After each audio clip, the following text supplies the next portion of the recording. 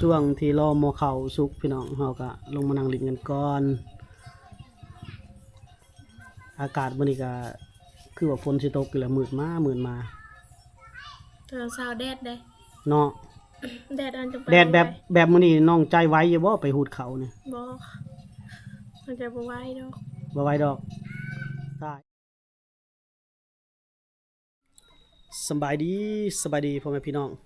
ทั้งภายในและต่างประเทศเด้อพอๆกับบ่าวจอยเส้นเก่าเส้นเคยเนาะพอๆกัน EP นี้บ่าวจอยก็เดินทางเข้ามาเฮือนน้องใจอีกพี่น้องบ้านน้องใจคือเก่าเนาะ เดินทางขึ้นไปทางเหนือพุ่นแหละพี่น้องแต่ว่ามาแวะน้องเพิ่นเนาะพอดีย้ำบ่ายๆน้องเพิ่นกำลังจะนึ่งข้าวนึ่งน้ำช่วงนี้ในครอบครัวน้องเพิ่นก็ยังเก็บเกี่ยวข้าวให้อยู่พี่น้องยังทันได้หมดเนาะยังทันได้แล้วเนาะก็คือมื้อนี้ก็น้องใจเพิ่นก็อยู่เฮือนเฝ้าเฮือนแล้วก็เอาหลานเนาะมีญาติเพิ่นมาหูดข้าวซอยพี่น้องเนาะเพิ่นบ่ได้เกี่ยวเลยเนาะพี่น้องเนาะคือเฮาได้เคยไปถ่ายทำมาแล้วเอามือหูดเอาเนาะ ก็จะใส่เวลาดนแน่น้องพี่น้องเนาะก็น่าจะเป็นเดือนพุ่นละจังแล้วน้องพี่น้องเนาะช่วงที่เพิ่นไปหูดข้าวหันเนาะพ่อแม่เพิ่นไปหูดข้าวน้องใจเพิ่นก็เฮ็ดอยู่เฮ็ดกินนึ่งข้าวนึ่งน้ำกิจกรรมประจำวันของน้องเพิ่นนั่นแหละน้องพี่น้องเนาะเฮาก็เลยเข้ามาถ่ายทำอีกคือเก่าเนาะพี่น้องเนาะโอเคเข้าไปหาน้องเพิ่นเลยเนาะ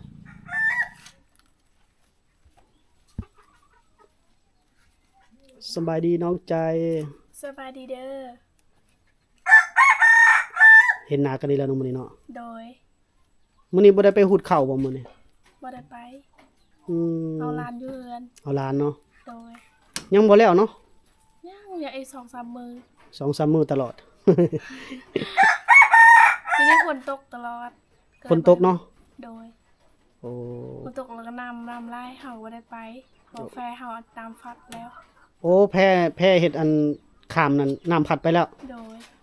ลอยความนั่นน่ะเหมือนนี่ ข้าวน้ำหมูคันหมูบ่ได้ไปเฮาก็บ่ได้ไป โอ้ให้น้องใจนี่อยู่ฝาก ฝากเซเด้อพี่น้อง โดย ช่วงนี้น้ำหลายเนาะฝนตกตลอดน้องเพิ่นก็เลยบ่ได้ไปเนาะมือไปมือบ่แต่ว่าเขาให้นี่ฮูดยังบ่แล้วพี่น้องนะคาดว่าน่าจะใกล้แล้วเนาะ โดย ก็มีญาติเพิ่นมาซอยแน่เนาะส่วนน้องใจมัน อ้ายเคย อืม สองเฮือน จองเฮือนมาซอยเนาะ โดยอ้ายเคยแล้วก็อ้ายเคยผู้หนึงอีก ถือว่าหลายคนมาซอยแล้ว คันหลายคนบ่ได้ซอยประมาณ เดือนกว่า 2-3อาทิตย์ก็บ่มาแล้ว บ่แล้วเนาะ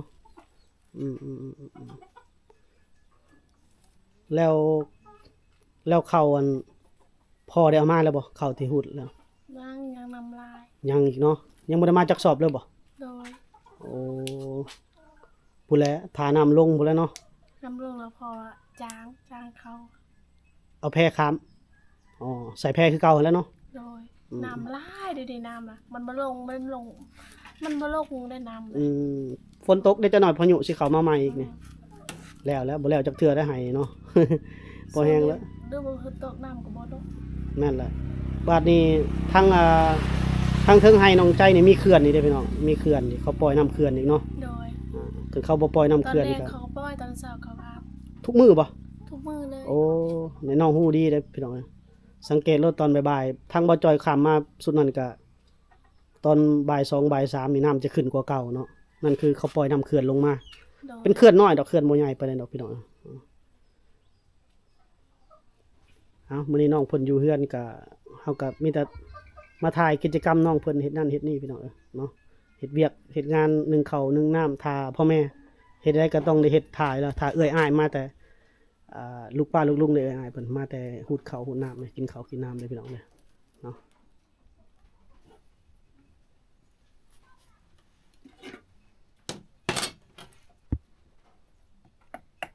ดังไฟนึ่งข้าวทาพ่อแม่แต่ว่านึ่งตะเว้นเนาะเพิ่นส่วนหลายเพิ่นมักนึ่งข้าวตะเว้นเลยพี่น้อง2 โมง 3 โมงนี่ข้าวสุกแล้ว กินแล้ว บ้านเฮาบัด4-5 โมงจะนึ่งข้าวก็เจ้าเคยแบบว่าสมัยแต่ก่อนแหละเฮ็ดกินแต่เว้นนึ่งแต่เว้นค่ำมืดแล้วนอน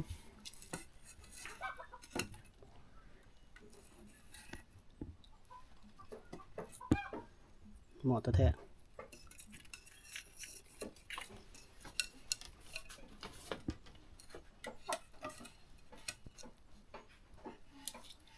หนึ่งข้าวเป่าไฟเนาะเฮ็ดอยู่เฮ็ดกิน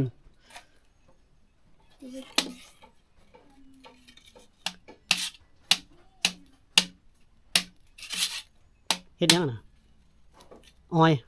ไม้อ้อยไฟโอ้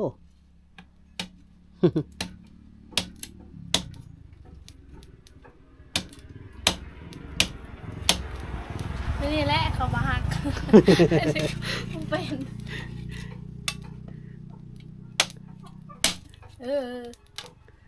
เฮ็ดไปแต่นอกใจนี่ก็เขาเก็บอันนั้นไม้แห้งดอกเฮ็ดน้อยๆมาเก็บไม้แห้งมาเพิ่นมาฟันเอา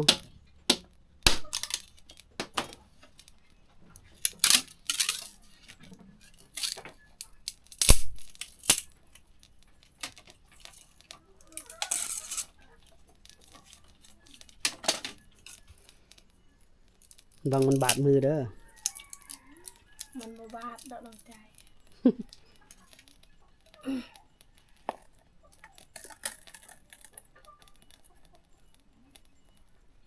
บาดหั่นแหละเฮ็ด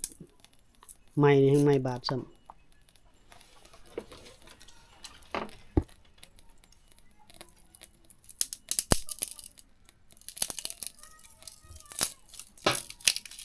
ได้แต่หนึ่งข้าวเนาะอาหารยังบ่ฮู้บ่เฮ็ดหยังกินสู่พ่อแม่ ยังบ่มี ยังบ่มีแนวเฮ็ดกินเนาะแนวเฮ็ดกินแรง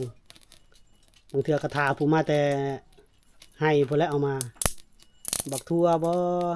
บักแตงบ่ ตัวนี้ลายเลยมักตัว โอ้อย่าไปเก็บบักทั่วอยู่ให้เพิ่นเด้อ แม่เขาเอามื้อวันเช้ามื้อนั้นเต็มเลยทง อืม บักทั่วเพิ่นขึ้นลายได้บักทั่วเพิ่นสิได้น้ำเซหลายเนาะ มักตัวตัวน้อยแล้วขึ้นได้ คันน้ำเซน้อยๆแค่เนี้ย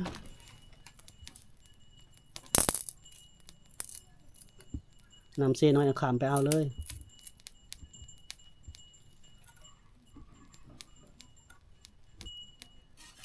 น้ำเซหลายให้อยู่ฝากเซยากเนาะ เขาว่าคันแม่ก็เฮ็ดอีกเขาว่าตายแล้วปีนี้ เอาก็เฮ็ดคือเก่าหั่นแหล้วปีหน้าก็เฮ็ดอยู่ทางเก่าพุ่นแหล้ว เขาจะเฮ็ดทางนี้อีก อ๋อมีบ่ดินตรงนี้ก็ ทางไหนก็มี โอ้อืม มันเมื่อยทางนั้น ยากน้ำขาดน้ำเซหั่นเนาะ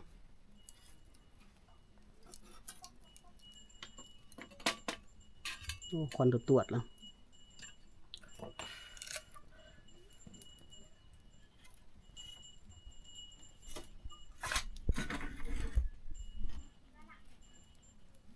กินอย่างไรตอนเป็นคนในหมู่เลยกิน มาเข้าลายเนาะน้องใจเนาะ โดย มาเข้าลายแล้วอันพี่น้องเพิ่นมาหูดเข้าซอยได้เด้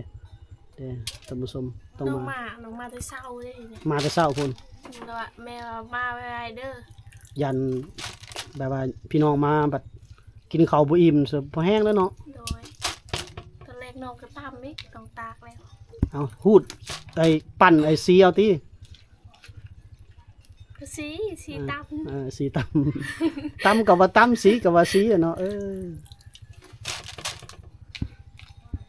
อันนี้ข้าวไหม้ข้าวเก่า เขาไม่ แน่ เขาไม่นี่บ่แซ่บบ่เป็นข้าวคอย โอ้ ป้าคอยข้าวคอยยังบ่เอามา อืม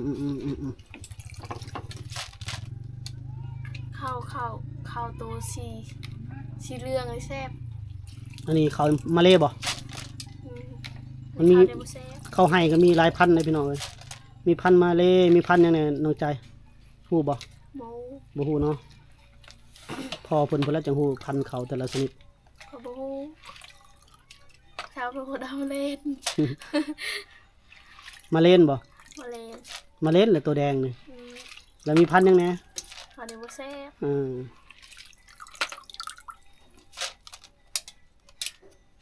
ได้เถื่อชาวรู้เขาก็ยังบ่ฮู้เลย ตัวบ่ฮู้จักพันธุ์เขา อืม ถามไว้แล้วมื้อหน้าพันธุ์หยังแหน่แม่เฮาปลูกนี่ทำหยังพันธุ์หยังแหน่พันธุ์เขาไห้พี่น้องเอ้ย แม่คอยปลูกเด้ บ่จอยเองก็จื้อแต่พันธุ์มาเลนี่แหละพันธุ์มาเลนี่แหละ อันนี้พันมาเล่คนละเอิ้น พันมาเล่นก็เอิ้นตามภาษาซุมเจ้าหั่นล่ะ พันเนี่ยมาเล่มาเล่มาเล่ มาเล่นหน่อย เออ น้องใจอารมณ์ดีเด้อมื้อนี้เด้อ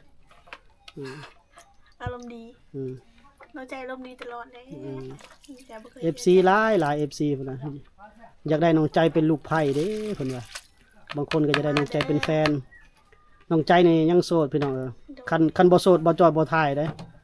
ถ่ายเฉพาะคนโสด บอกให้ฮู้ไว้ซำนั้นแหละเพราะว่าถ้าหากว่าเขาเจ้ามีแฟนเนาะเฮาจะบ่รบกวนเขา โดย มันจะ น้องใจโส เกิดการหึงหวงหั่นแหละเนาะอันนี้ถือว่าน้องคนโสดแล้วเฮาจังถ่ายมื้อใดน้องใจมีแฟนเฮาก็เลิกการถ่ายทำเลยแหล้ว น้องใจบ่มีดอก อืม ต้นลมมันยังบ่มีมือ คนคุยยังบ่มีเนาะ โดย โอ้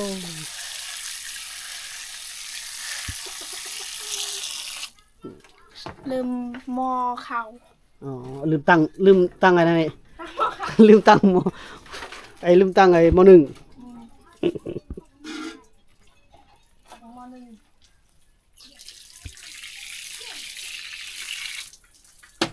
ได้ป่ะ อืม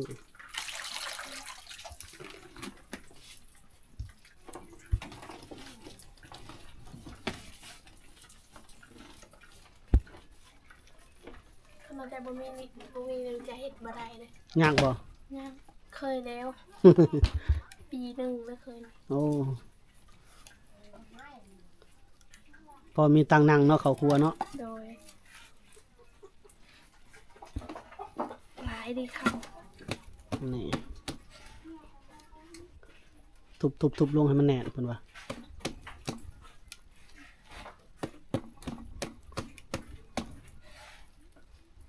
หนึ่งหลายเนาะคนหลาย โดยน้องใจกินลาย น้องใจกินหลายจนตุ้ยขึ้นแล้ว มันจะกินลายเด้อเลี้ยงไว้วะ เออตุ้ยขึ้นระวังได้ เขาบอกว่า บ่งามได้เอฟผู้บ่าวบ่มักได้ หมักกระยาวกดชน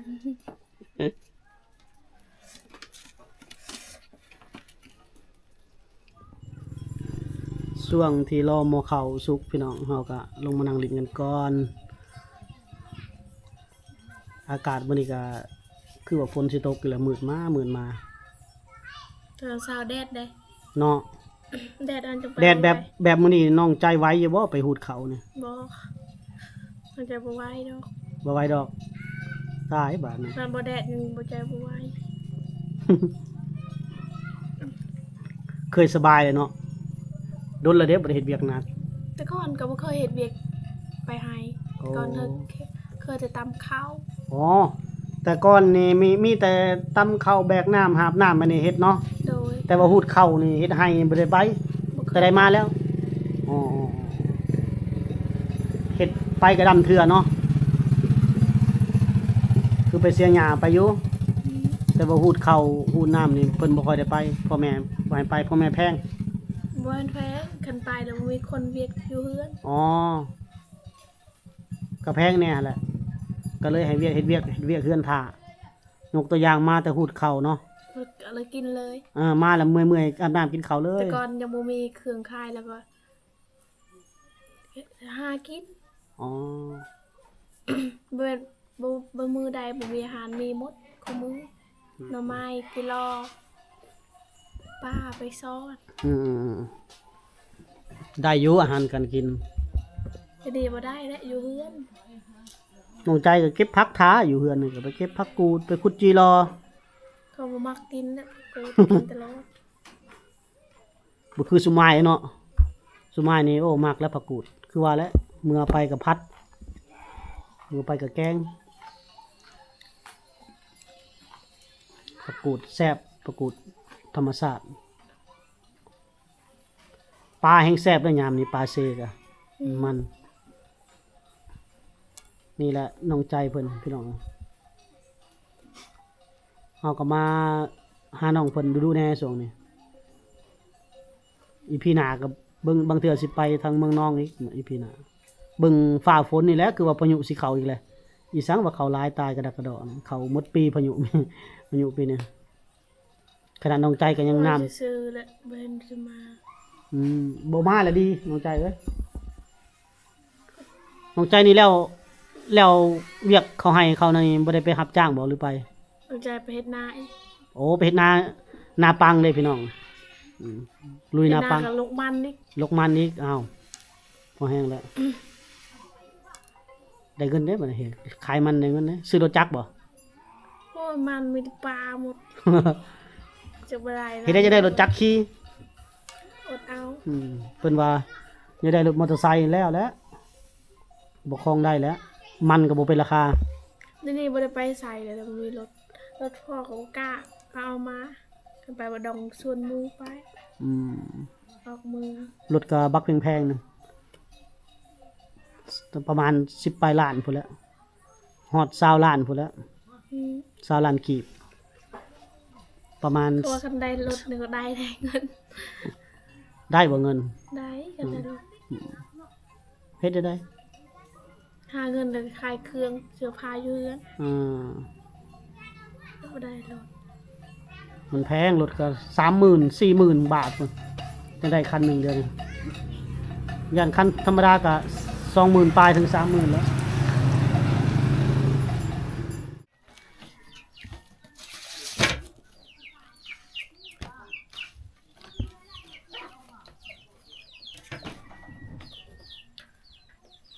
สวยเขาแล้วบาทนี้ อะไรแต่เขาดิ 1ลายก็สวยหลายฮะ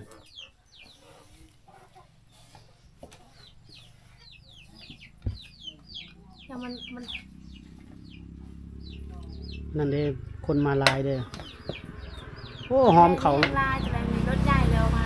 อืม มันทิพย์เด้ พี่น้องหลายหอมเขาเนาะหอมเขาใหม่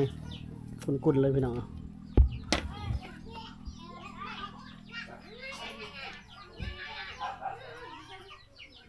เขาวเหนียวบ้านเฮาเพิ่นว่าเขาให้นี่บ่ได้ใส่ปุ๋ยเลยนะพี่น้องเอ้ยบ่มีฝุ่นบ่มีปุ๋ยเด้อธรรมชาติได้เฮ็ดให้บนภูเขา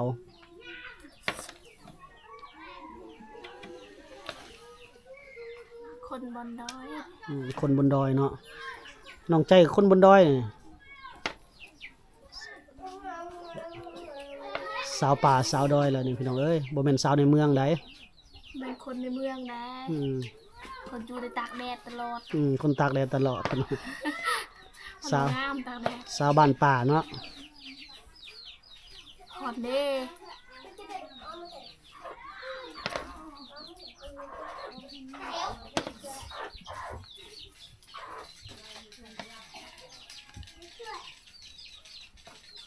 เอาฝากทำไม อืม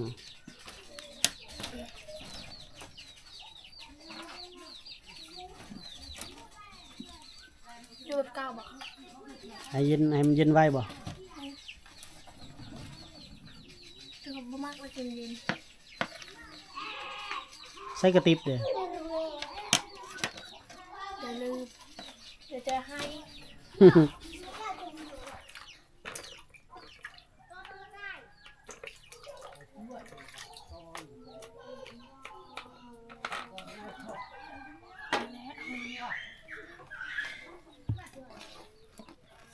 โอ้ย ฮ้อนบ่ หอน เอาเขาวสวยไปใหม่ก็ฮ้อนตัวเนาะ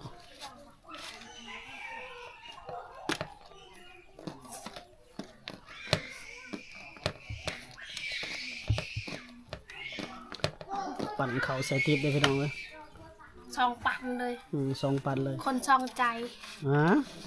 เกี่ยวกันซะบ่ ก็คือมื้อนี้หนึงข้าวหลายเพราะว่าพี่น้องเพิ่นมาฮูดข้าวให้ซอยพี่น้องก็เลยต้องนึ่งข้าวหลาย หอนหอนหอน มีคนมาซอยเวียกว่าซั่นซะเพิ่นก็ต้องได้นึ่งข้าวหลายนึ่งเพื่อเนาะ แต่บ่มีอาหารให้เขากิน แต่บ่มีอาหารให้เขากินหักหน่อไม้ไปให้ต้มให้เพิ่นกินนะ เขาบ่มักกินตลอดมือ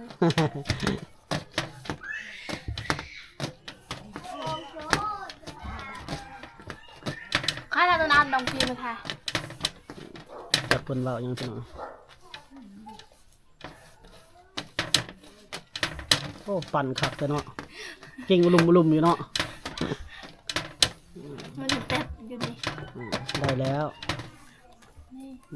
ติด แห้ง บักใหญ่เนาะอ๋อต้องกินข้าวเหนียวแข็งแห้ง แห้ง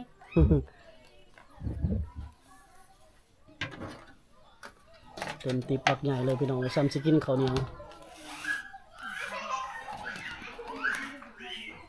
สำเร็จเนาะ โดย สำเร็จบัดนี้เฮ็ดหยังต่อเฮ็ดกินบ่เฮ็ดกินนี่ยังบ่ฮู้หยังเฮ็ดกินเนาะ ตักน้ ตักน้ำ ำโดย ได้ตักคือเก่าอยู่บ่น้ำกะ ตักคือเก่า ตักน้ำพี่เลิศนี่ น้ำกิน โอ้อ้าวพี่น้องไปเพิ่นสิไปหามน้ำกินอีกได้น้ำกินบ่ได้กินแล้วน้ำตัวดูดขึ้นมาเนาะน้ำบาดาลน้ำไว้น้ำที่เจาะให้น่ะบ่ได้กินเนาะ